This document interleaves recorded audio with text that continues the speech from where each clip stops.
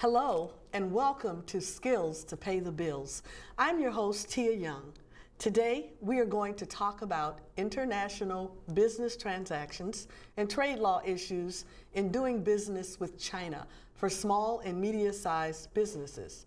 To help me properly frame this discussion, we have invited a local attorney who counsels clients on international business transactions and international trade, areas in which she has practiced for over 20 years, and which she has taught at Washington University School of Law as an adjunct professor of law. Our guest speaker speaks Mandarin, Chinese, and services clients based in and doing business with China and other parts of Asia, as well as in the United States. She negotiates and drafts contracts for international trade, commercial and service agreements, agent and distributor contracts, joint ventures, bank loans, export-import bank, and small business administration financings. Our guest is an honors graduate of Harvard Law School and Yale University. She is currently of counsel at Potomac Law Group, PLLC. Please welcome attorney Andrea L. Charters. Hello, Attorney Charters. How are you today? Hi, Tia. Thank you. I'm wonderful. How are you? I'm doing just great, and thank you so much for pulling away from your busy papers and all the things that you do to be here with us today. We're grateful. Thank you. I put the phone down. Thanks. Good. Well, you know, my first question is just something that I'm curious about. I want to know, when did you first discover your love for the law, and especially international trade law? Well, I guess that would have to go back to high school, because I enjoyed law-related extracurricular activities in high school, and I got interested in going abroad and learning about the rest of the world, and I did more of that in college and then followed up on it going to live in Asia when I was in between college and law school, and deferred law school so that I could have a year of adventuring overseas, and then followed up by taking some international business law courses at law school at Harvard. Right. Well, did you learn the language here before you went to China, or did you learn it there? I learned it there initially, and then I followed up by studying more when I came back here. That's amazing. Well, tell us how small and medium-sized enterprises can benefit from import-export business with China. Well, the first thing I can say to you is that China is the biggest country in population in the whole world, 1.4 billion people. And when you think about having an export business, you want to find a large market, because typically a small to medium-sized enterprise can only consider one, maybe two or three export markets to focus on, to do the market research, get a foothold in the country, get staff who know the language. And it can be good to focus on a large market rather than several small ones, because China has there's a lot of bang for the buck if you go for China, let's put it that way. Okay. And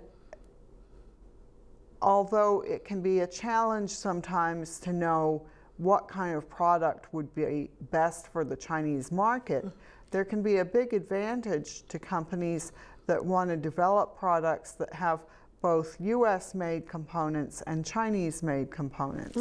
Okay. And there's also an advantage to having products for the Chinese market where some of the components are made in the US, maybe some of the higher tech components, and some of the components are made in China. Okay.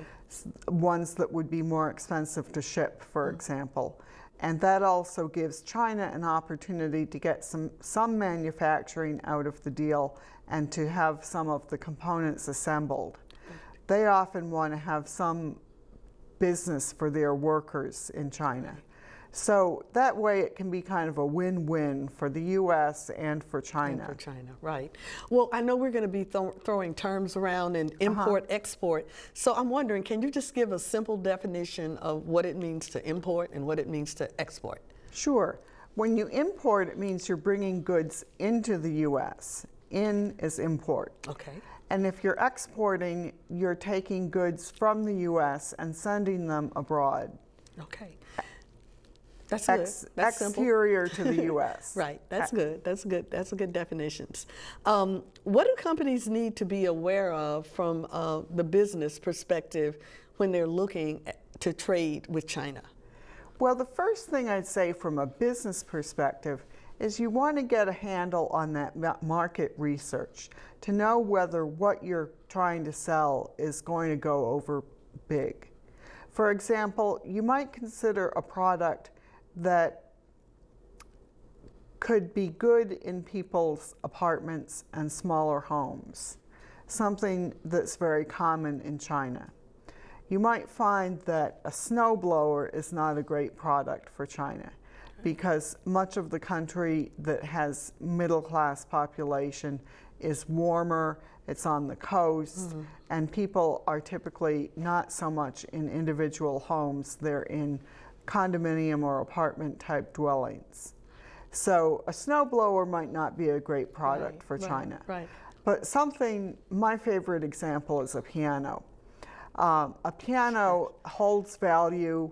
A piano that could be played quietly in an apartment would be a great product for China because a lot of people want their children to get musical education for toning their minds and learning to be expressive and learning to have the self-discipline of being able to practice, play the pieces, and that could be a great product for China. But that's also my example for something where some of the components that are heavy, like the box of the piano, could be manufactured in China, and some of the pieces that go into it could be manufactured in the U.S. In the U.S.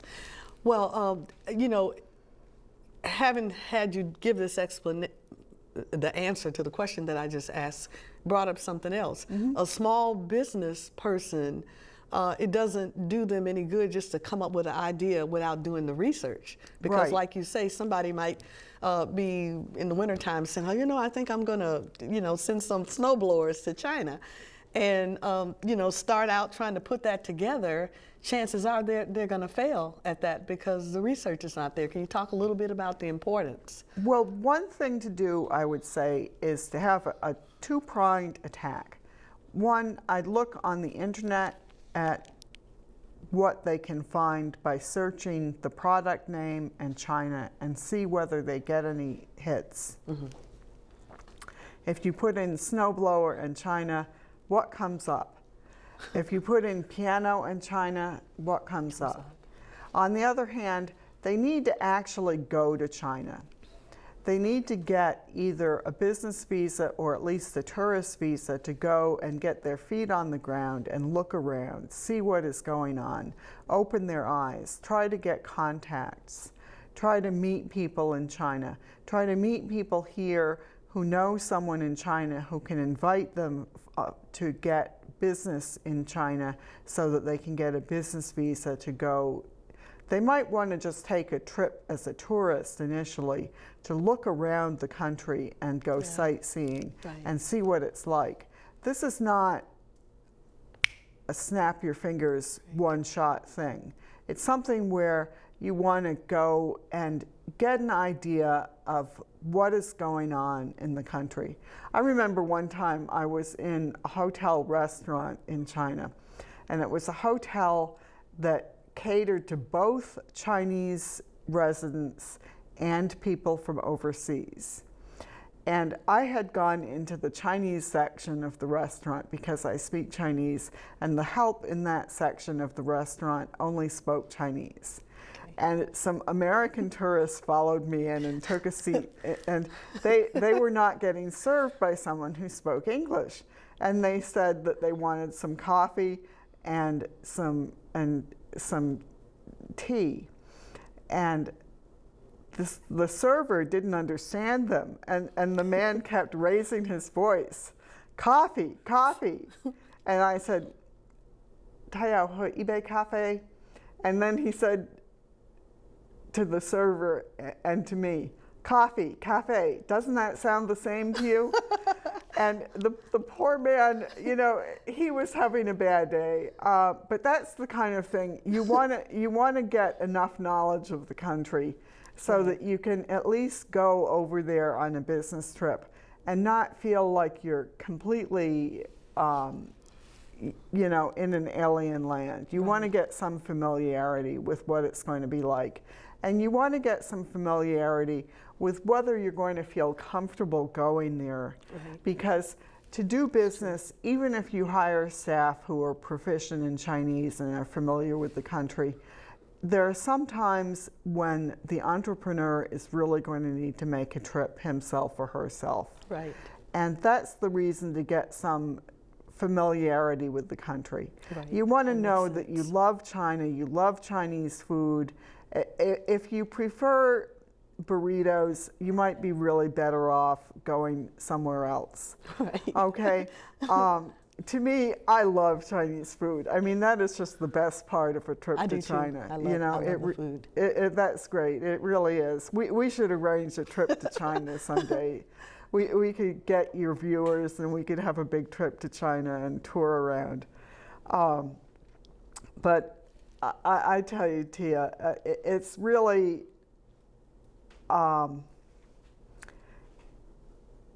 something where you need to become somewhat seasoned in international business, and particularly in dealing with China, because otherwise you're going to have too many snafus coming up.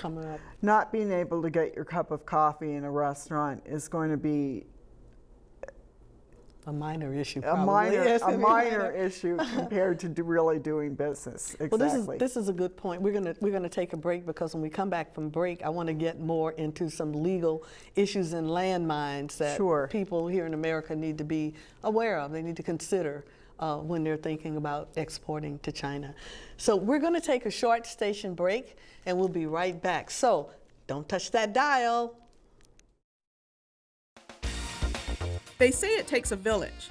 We focus on the truth about things that are happening in the DMV through the voices of the people who live, work, and play on Main Street. Tune in every week to discover how the community is coming together for the greater good of every resident. Thank you for joining us today. You are watching Skills to Pay the Bills.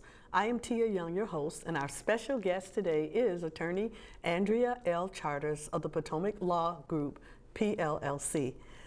Prior to the break, attorney, we were talking about landmines that people could possibly fall into if they're not careful. So from a legal perspective, what are some of the major issues that a company faces when they are thinking about exporting to China? Well, first of all, you want to think about how you're going to get paid, because people in China use renminbi. Yeah. They don't use dollars or euros. And you have to think about what's going to happen. Are you going to have them pay you through PayPal? Are you going to have them pay you in Chinese currency? What are you going to do if you're going to take renminbi? Are you going to accumulate a surplus of it in China and then have to transfer that currency somehow into dollars at the end if you're establishing stores and websites to sell there? I'd say that's thing number one. Second thing is you need to think about how you're going to finance and develop relationships with distributors and retailers in China. And if you want to sell only over the net, that might or might not work, because you're going to have a lot of advertising, and you're going to want to develop some word of mouth to go with it. For some products, you might get somewhere with that approach, but you probably need to have some hard product presence as well in China.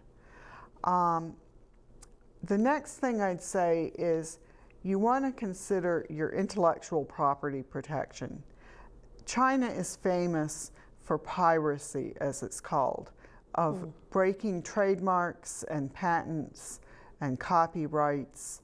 And we don't need to go into the details of what the differences are in those things, but they're all intellectual property protection to keep your brand, like let's say it's Nabisco or Chevrolet or something like that. You have to keep your brand, and you have to keep the technology of your product, whether it's a software product or a box of machinery. And you need to have that registered in China, and you also need to have international protection, and you need to have some mechanism for actually protecting it, whether that's by having a joint venture with a Chinese partner who's going to help you protect it, or whether that's by hiring a Chinese law firm and going after people who are infringers, and also by having a regulatory approach that allows you to get in to the system. And it can be very challenging to do this. I'd say that's one of the major legal hurdles to doing business in China. Well, it sounds like this is not a business for the faint in heart. No, it's really not. It's like a serious, and so my next question is, if I'm a small business person and I'm thinking about going into international trade, I mean, who are the support people that I need to have working with me immediately? Off the top of my head I'm thinking you need an attorney for one thing. Do need an attorney, but what others would you need? You talked about the financing. Is this something easy for a startup to go into the Export-Import Bank and get financing, or what? It would be pretty tough for a startup to go into the Export-Import Bank and get financing. Yeah. You want to be a somewhat established company that has some market in the U.S. and that has some financial reserves. And you want to be able to go into your lawyer, your accountant, your bank. You want to be able to show to somebody like the Export-Import Bank that you've got professional services and financial wherewithal behind you. And that can help you to fund either a guarantee or a direct loan, and even a working capital loan to get yourself up and running to do exporting. The U.S. loves to see U.S. companies do exporting, but you need to be very thoughtful about it because it's complex. But people do not become entrepreneurs because they want an easy ride. Right, you know, if they wanted it easy, they'd be doing something else. Right. People become entrepreneurs because they see this as kind of tied in with who they are and how they want to make their way in the world.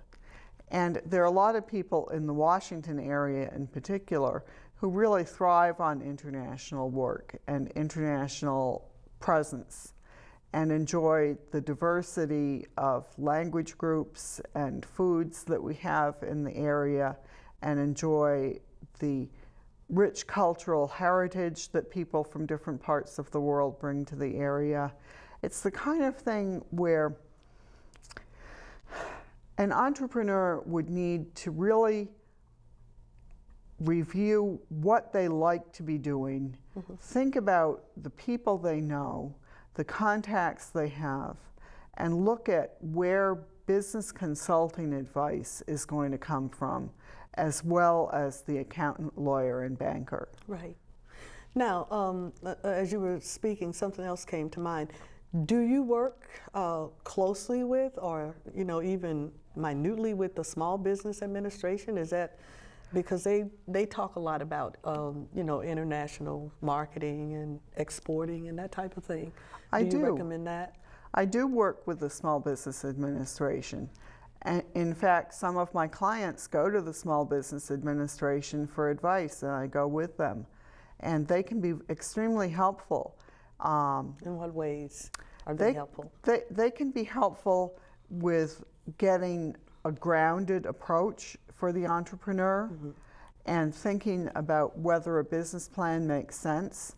They can also refer an entrepreneur to an organization like SCORE, S-C-O-R-E, Yes. that has retired executives who can provide one-on-one kind of coaching about different lines of business. And they can be sort of the check on enthusiasm about whether something is really going to work and where to go to get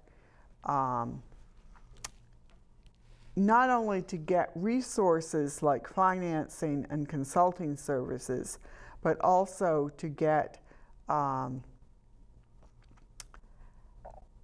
specialized knowledge, specialized consulting services,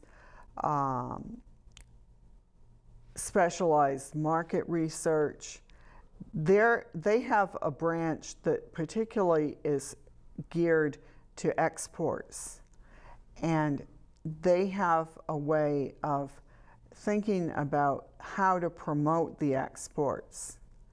And they have people who have been in the international business arena for years and know the area and can provide direct support with consulting advice and can provide referrals to others in the community who can assist the entrepreneur in having a thought-out business plan. Okay, so we've talked about if a business person, wanted to export to China.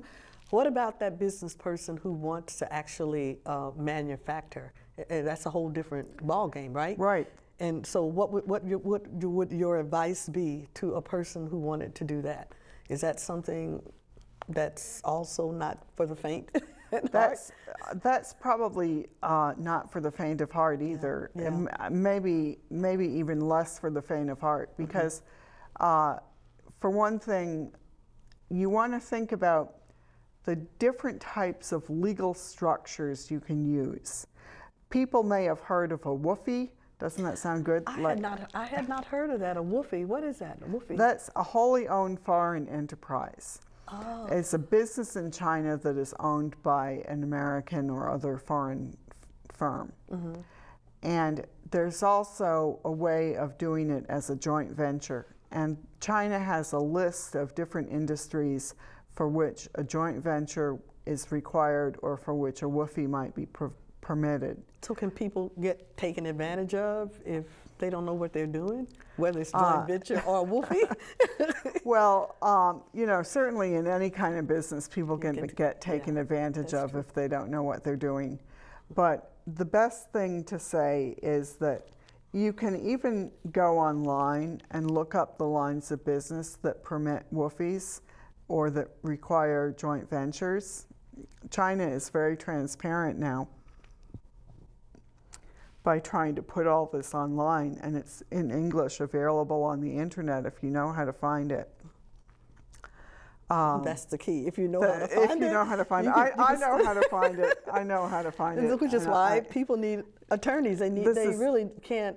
I don't see how you can even take the first step. I'm thinking of I had someone recently tell me that they were a sole proprietor and they were getting ready to go into export business. And I don't know a whole lot, but I was thinking a sole proprietor, it seems like you need a stronger legal form of business if you're going to go into. It might not be impossible. I hate to say that anything is impossible. If you had outsourced manufacturing and outsourced services for your company.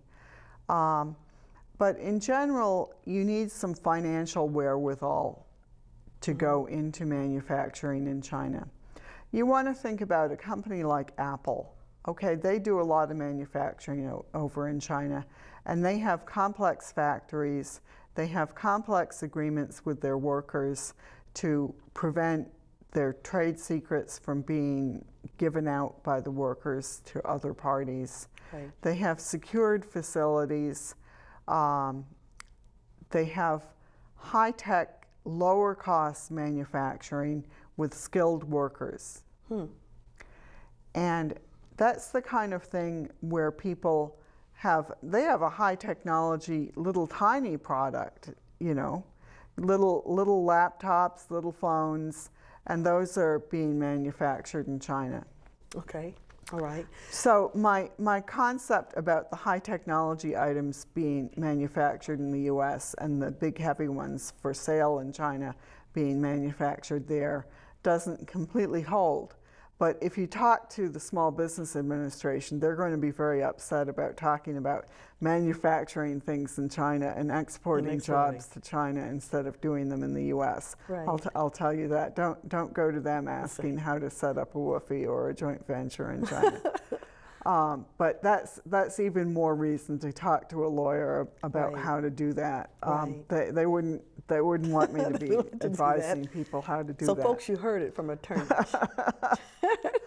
So, but you asked me, there are ways to do that, but it's quite complex. And I would say when I work in China, I don't do it all by myself. I get a Chinese law firm. Okay. To work alongside me. Makes sense. And as a U.S. lawyer, I practice U.S. law and international agreements and international aspects of U.S. law. I don't practice Chinese law. Right. I know something about Chinese law, but I work alongside a Chinese lawyer to work on the Chinese law. That is smart. Well, I tell you, when you're having fun, the time just goes by like everything. We're out of time. I want to thank you so much, for coming and for sharing. I mean, I learned a lot, from you in just these past 30 minutes, and it looks to me like we need to have a part 2. You don't have any? Because I have a ton of more questions that we didn't even get to. So would you look at your schedule and see if you can come back soon? Let me look at my schedule and consult with my managing partner about this. And see if you can come back and share with us. Okay, thank you very much, Tia. Thank you. Thank you. Our time is up, and I want to thank you, our viewers, for spending this special time with us today on Skills to Pay the Bills.